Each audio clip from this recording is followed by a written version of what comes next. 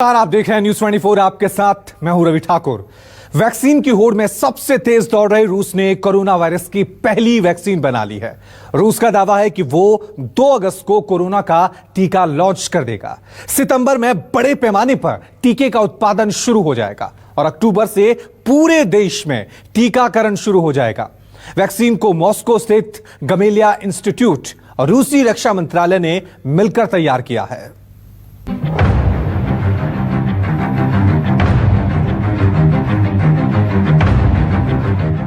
बन गई कोरोना की पहली वैक्सीन।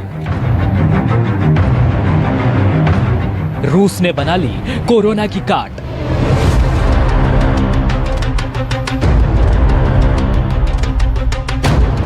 चंद घंटे के भीतर होगा वैक्सीन का रजिस्ट्रेशन।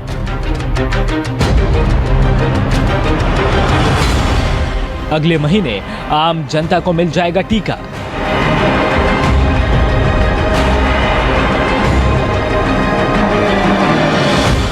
कोरोना की पहली वैक्सीन हाजिर है।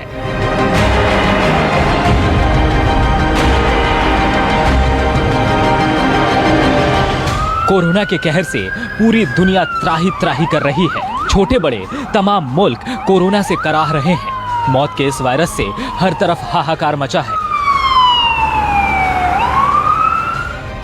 हर कोई उस वैक्सीन के इंतजार में है जो कोरोना के खतरे को खत्म कर दे, कोरोना के कहर से इंसान को बचा सके। मुसीबत की इस घड़ी में रूस ने दुनिया को भरोसा दिया है कि उसने कोरोना की वैक्सीन तैयार कर ली है और महज चंद घंटों के भीतर इस वैक्सीन का रजिस्ट्रेशन भी हो जाएगा।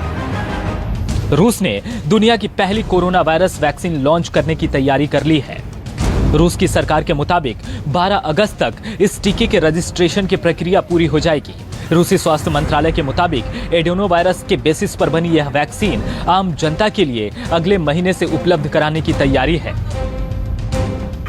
अभी सबसे ज्यादा सबके दिमाग में यही आ रहा है कि वैक्सीन कब आएगी। और गमेलिया नेशनल रिसर्च सेंटर रशिया का जो है और रशियन डिफेंस मिनिस्ट्री दावा कर रही है कि 12 अगस्त को वो रजिस्टर करने जा रहे हैं। जो उनका जो ये वायरस है adeno virus based viral vector है which is combined with spike protein of SARS-CoV-2 virus which is inducing the immunogenic response, जो इम्यूनिटी प्रदान करता है। रूस की इस वैक्सीन को दुनिया की पहली कोरोना वैक्सीन माना जा रहा है। इस वैक्सीन को रूसी स्वास्थ्य मंत्रालय से जुड़ी एक संस्था गमलेया रिसर्च इंस्टीट्यूट ने विकसित किया है। अगर सब कुछ ठीक रहा तो जल्द ही यह वैक्सीन लोगों के लिए उपलब्ध होगी। यानी अक्टूबर महीने से देश में बड़े पैमाने पर टीकाकरण का अभियान शुरू कर दिया जाएगा। हालांकि वैक्सीन को लेकर रूस के इस दावे पर कई देश संदेह जता रहे हैं।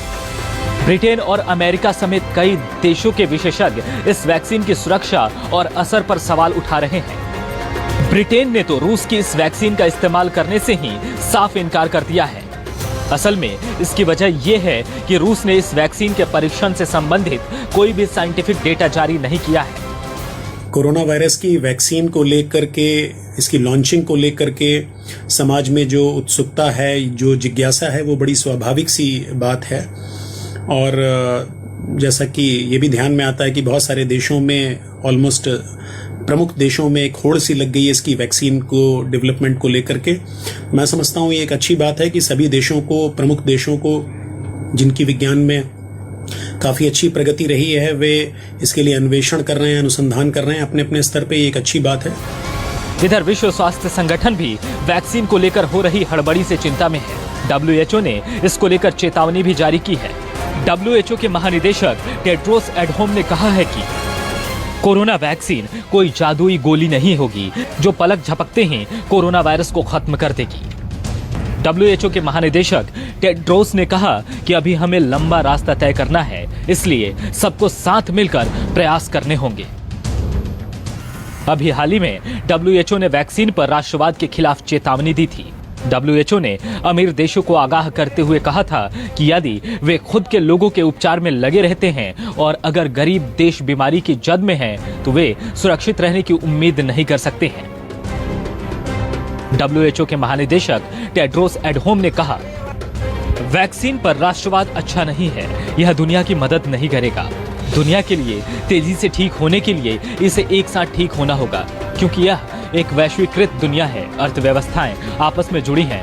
दुनिया के सिर्फ कुछ हिस्से या सिर्फ कुछ देश सुरक्षित या ठीक नहीं हो सकते। वैक्सीन को लेकर रूस के रुख और हड़बड़ी को लेकर दुनिया के जाने माने वैज्ञानिक भी आशंकित हैं। अमेरिका के संक्रामक रोग विशेषज्ञ डॉक्टर एंथनी स्टीफन्स फांसी के वरिष्ठ सलाहकार डेविड मारिन्स ने कहा कि वैक्सीन बनाने का हर प्रयास एक अंत परीक्षण की तरह होता है, जो शुरुआत में तो अच्छे परिणामों के साथ आता है, लेकिन इसकी कोई गारंटी नहीं होती कि अंतिम चरण में भी वह वैक्सीन अपने ट्रायल के दौरान सफल हो। हालांकि डॉक्टर मारिन्स ने उम्मीद जताई है कि पहली बार में ही ये कामयाब हो जाए और 6 से 12 महीनों के भीतर एक अच्छी वैक्सीन आ जाए।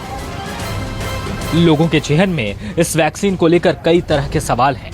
लोग ये भी जानना चाहते हैं कि आखिर ये वैक्सीन काम कैसे करती है। रूस के वैज्ञानिकों के मुताबिक वे अपनी कॉपीज बनाने में सक्षम नहीं है। यह वैक्सीन लोगों की रोग प्रतिरोधक क्षमता बढ़ाने का काम करेगी। वैक्सीन के लगने के बाद अगर कोई शख्स कोरोना की चपेट में आएगा, तो कोरोना वायरस उस शख्स के इम्यून सिस्टम से खत्म हो जाएगा। रशिया 12 अगस्त को रजिस्टर करने जा रहा है अपनी वैक्सीन अगेंस्ट कोरोना वायरस। वैसे भारत भी कोवैक्सीन बहुत ही जल्दी विश्व के सामने लेके आने वाला है। पहले होता था कि पेटेंट बाहर से होते थे। सबको पता है, पूरे विश्व को पता है कि भारत मैन्युफैक्चरिंग बहुत करता है, सबके लिए मैन्युफैक्चर करता है। But this is the first time in history कि पेटेंट भी अभी इंडिया के पास है। फिलहाल एक्सपर्ट इस वैक्सीन के क्लिनिकल ट्रायल के डेटा और दूसरे दस्तावेजों का रिव्यू कर रहे हैं। रजिस्ट्रेशन का फैसला भी अभी इसी पर निर्भर है। साथ ही वैक्सीन के तीसरे चरण का तीसरा ट्रायल भी जारी है। भारत की 2 कंपनियां कोरोना वैक्सीन बनाने की होड़ में हैं। इनमें एक है भारत बायोटेक कंपनी और दूसरी है जाइडस कैडिला। जाइडस कैडिला ने डीएनए बेस्ड वैक्सीन विकसित की है। इस वैक्सीन को 3 जुलाई को ह्यूमन ट्रायल के लिए अप्रूवल मिला है। वहीं भारत बायोटेक पहले चरण का ट्रायल पूरा कर चुकी है और अब दूसरे चरण के ट्रायल की तैयारी कर रही है। दुनिया के सबसे भरोसेमंद मानी जा रही ऑक्सफोर्ड एस्ट्राजेनिका की वैक्सीन कोविड शील्ड भी इस साल नवंबर तक आ सकती है। भारत में 18 जगहों पर इसका ट्रायल जारी है, जिसमें 1600 वॉलंटियर्स शामिल हैं। ऑक्सफोर्ड के वैक्सीन की कीमत 225 रुपए प्रति डोज हो सकती है। अगर ये सच साबित हुआ तो यह दुनिया में कोरोना की सबसे सस्ती वैक्सीन होगी। दिल्ली से पल्लवी झा और दिव्या अग्रवाल के साथ ब्यूरो रिपोर्ट, न्यूज़ 24। नमस्कार, मैं हूं मानक गुप्ता।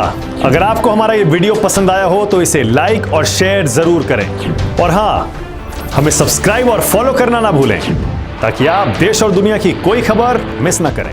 तो जुड़े रहिए हमारे साथ और देखते रहिए न्यूज़ 24।